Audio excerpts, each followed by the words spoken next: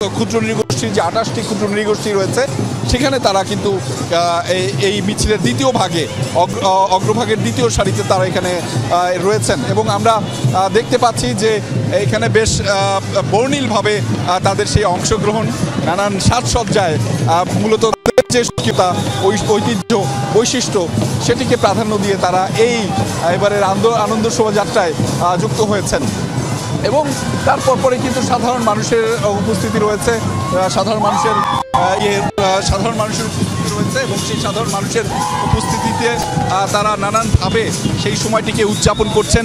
অনেকে বর্ণিল festoon colour festoon সেগুলো নিয়ে এসেছেন এবং যাতে অংশগ্রহণের মাধ্যমে এখানে তারা নিশ্চিত করছেন যে বাঙালির যে ঐক্যতান বাঙালির যে একাত্মবদ্ধতা সেটিকে আসলে তারা নিশ্চিত করছেন এবং এখানে মিছিলে বা এই শোভাযাত্রায় আনন্দ শোভাযাত্রায় এবারের আনন্দ শোভাযাত্রায় যে মানুষের উপস্থিতি হয়েছে সবাই কিন্তু একইভাবে একটা অংশে তারা কিন্তু সবাই বলছেন যে বাংলাদেশকে এগিয়ে নিতে হলে বাংলাদেশের অগ্রযাত্রার জন্য সেখানে আসলে সকলের ঐক্যবদ্ধ প্রচেষ্টা প্রয়োজন।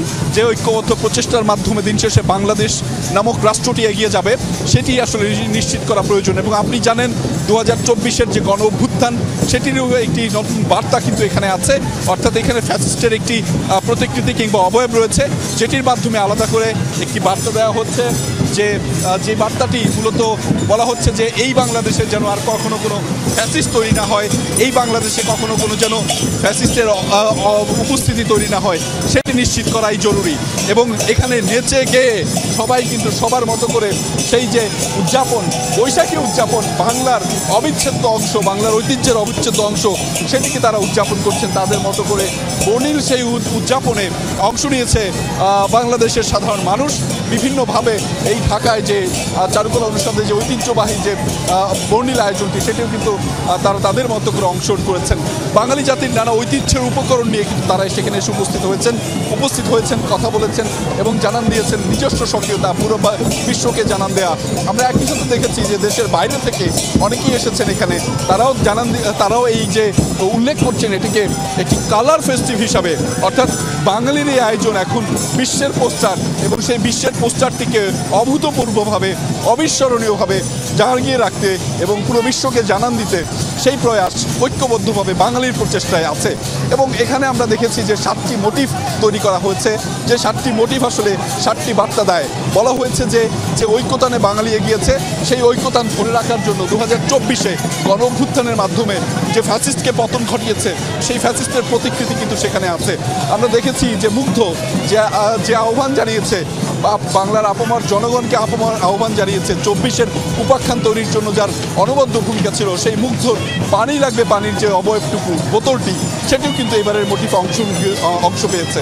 আমরা দেখেছি একই সাথে যে বাঙালির সংস্কৃতির ঐতিহ্য হিসেবে যে পালকি সেই পালকিও কিন্তু এই মোটিভে অর্থাৎ শোভাযাত্রায় এসেছে। আপনারা দেখছেন যে নেচে গিয়ে ছন্দে আনন্দে সেই যে বাঙালির অগ্রযাত্রা সেটিকে জানান দিচ্ছে। আমরা একই সাথে বিভিন্ন জাতি গোষ্ঠী শ্রেণী পেশার মানুষের অংশগ্রহণ বিভিন্ন মত ভেদে তারা অংশগ্রহণ করছেন এবং এই যে সবার ঐক্যবদ্ধ প্রচেষ্টা এটাই তো বাংলাদেশ, এটাই তো আমার আপনার 1,47,570 বর্গ কিলোমিটারের বাংলাদেশ এবং সেটিকেই আমরা আসলে জানান দিচ্ছি এবং আমরা বেশ কয়েকজনের কথা শুনতে চাই। আমরা একটু জানতে চাই আপনার মাধ্যমে কেমন লাগছে এবারের আয়োজন। অনেক ভালো লাগছে দেখেন না, নতুন বছর অনেক বছর পর এত সুন্দর পরিবেশ এত সুন্দর আয়োজন খুবই ভালো লাগতেছে। নতুন বছর ঘিরে কি ধরনের প্রত্যাশা রয়েছে আপনার? নতুন বছরে অনেক কিছুরই প্রত্যাশা আছে, আশা করি অবশ্যই সব আশা পূরণ হবে ইনশাল্লাহ। ধন্যবাদ।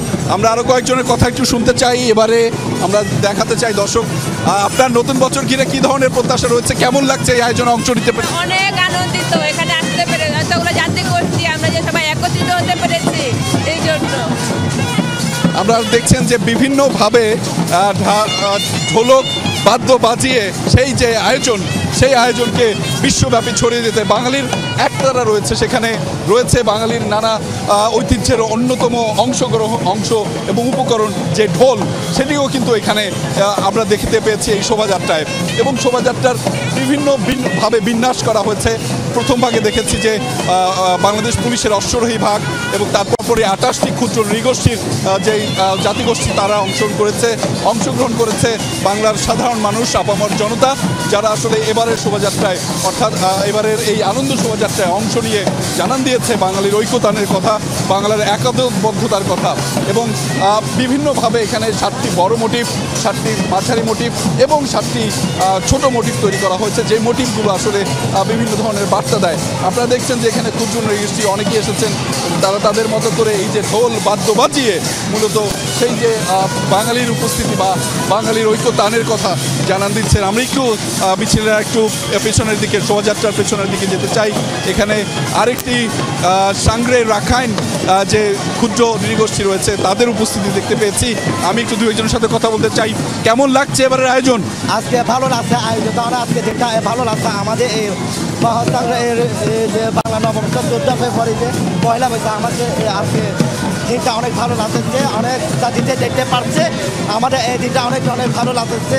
ধন্যবাদ। আমরা শুনছিলাম একজন ক্ষুদ্র নৃগোষ্ঠীর অংশগ্রহণকারীর কথা, যারা আসলে যিনি জানাচ্ছিলেন তার অনেকটা ভালো লাগছে এবারের শোভাযাত্রা অংশগ্রহণ করতে পেরে।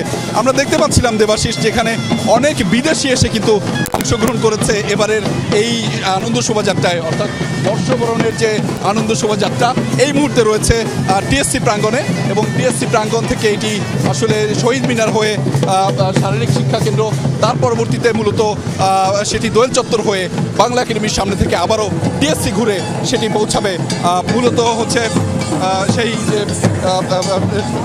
চারুকলা অনুষদের সামনে। এবং সেখানে এসে আসলে সেখানে যে মানুষের উপস্থিতি, জনমানুষের উপস্থিতি, তারা আসলে তাদের মতো করে নাচছেন, গাইছেন।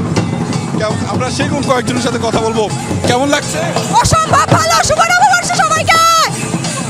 আমরা শুনছিলাম মানুষের আসলে উচ্ছ্বাস এবং সেই যে ভঙ্গি সেটি আসলে দেখছিলাম, এবং সেখানে তাদের উপস্থিতি অর্থাৎ ঢোলে বাদ্যে বাজিয়ে যে আনন্দ, সেই আনন্দের কথাই কিন্তু জানান দিচ্ছে পুরো বিশ্বকে।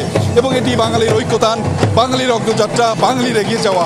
আমরা দেখেছি যে মানুষ আসলে উচ্ছ্বাস করছে। আমরা সংকটের মধ্যে থাকলেও তারা আসলে যে ঐক্যবদ্ধতার কথা জানান দেয়া, সেটি জানান দিতে ভুলেন নাই। আমরা জানছিলাম আরও একজনের কথা। কেমন লাগছে এবং কেমন এবারের আয়োজন সেটি একটু জানতে চাই। অনেক ভালো লাগছে। শুভ নববর্ষ, সবাইকে ধন্যবাদ। জি, শুভ নববর্ষ। আমরা এবার একটু দেখাতে চাই যে লালন সাইজির যে ভক্ত অনুকূল রয়েছে, ভক্ত অনুরাগীরা রয়েছে, তারাও কিন্তু এখানে যুক্ত হয়েছে। তাদের যে বেশভূষা সেটির মাধ্যমে জানান দিচ্ছে বাংলাদেশ আসলে সবার, এই বাংলাদেশ সবার মাধ্যমে এগিয়ে যাবে, সবার প্রচেষ্টায়, সবার অংশগ্রহণের মাধ্যমে এগিয়ে যাবে। আমরা দু একজনের সাথে একটু কথা বলতে চাই। কেমন লাগছে এবারের আয়োজন এবং আপনি কোনো ধরনের অংশগ্রহণে এবারে অংশগ্রহণ করতে পারে আপনার কেমন লাগছে? খুব সুন্দর লাগছে। আমরা কুষ্টিয়া লালন শাহ দরবার থেকে আসছি, ফকির দরবেশ লালন শাহ অনগত। আমরা সাধুগুরু অনেক আসছি এখানে, এই অংশগ্রহণ করাতে আমাদের খুব সুন্দর লাগছে, খুব ভালো লাগছে, আনন্দ, আমাদের তৃপ্তি হচ্ছে। ধন্যবাদ। আমরা আরো একজনের কথা শুনতে চাই। আপনি একটু জানাবেন যে ঠিক এখানে আসতে পেরে কেমন লাগছে এবারের আয়োজন? ভালো লাগছে, খুব সুন্দর লাগছে, খুব ভালো লাগছে, খুব ভালো লাগছে বাবা। মেলা দিন পরে আসছি বাবা, আমরা কুষ্টিয়া লালন শাহ থেকে এই প্রথম আসছি। আমরা জানছিলাম বিভিন্ন মানুষের কথা। আপনি দেবাশিস দেখছিলেন যে এখানে শুধুমাত্র যে বিভিন্ন সংস্কৃতির বিভিন্ন উপকরণ নিয়ে কিন্তু এখানে উপস্থিত হয়েছে। দেখতে পাচ্ছিলাম সম্ভবত আরও একজন জাদুকর বলবো না, ম্যাজিশিয়ান বলবো, তিনি তার একটি উপকরণ নিয়ে কিন্তু এবারে এসে হাজির হয়েছে। আমরা দেখেছি বাংলাদেশ নারী ফুটবল দলের গর্বিত সদস্যরা, তারাও কিন্তু আমাদের সাথে এসে যুক্ত হয়েছেন। আমি একটু তাদের সাথে আপনাদের সাথে দর্শক এই মুহূর্তে কথা বলে দিতে চাই।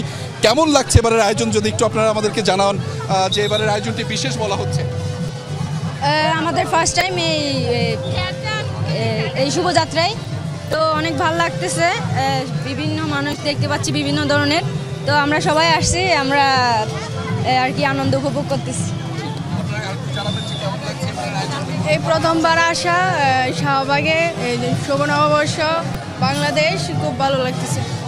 দর্শক দেখছিলেন যে বাংলাদেশ নারী ফুটবল দলের সদস্যরা, গর্বিত সদস্যরা, তারাও কিন্তু এবারের শোভাযাত্রায় অর্থাৎ আনন্দ শোভাযাত্রায় অংশগ্রহণ করেছেন এবং সেখানে বিভিন্ন শ্রেণী পেশার বয়সের মানুষ রয়েছেন। দেবাশিস, আরও জানাবো আপনাদেরকে এই আয়োজন সম্পর্কে। রেজা, ধন্যবাদ আপনাকে আমাদের সাথে যুক্ত হওয়ার জন্য।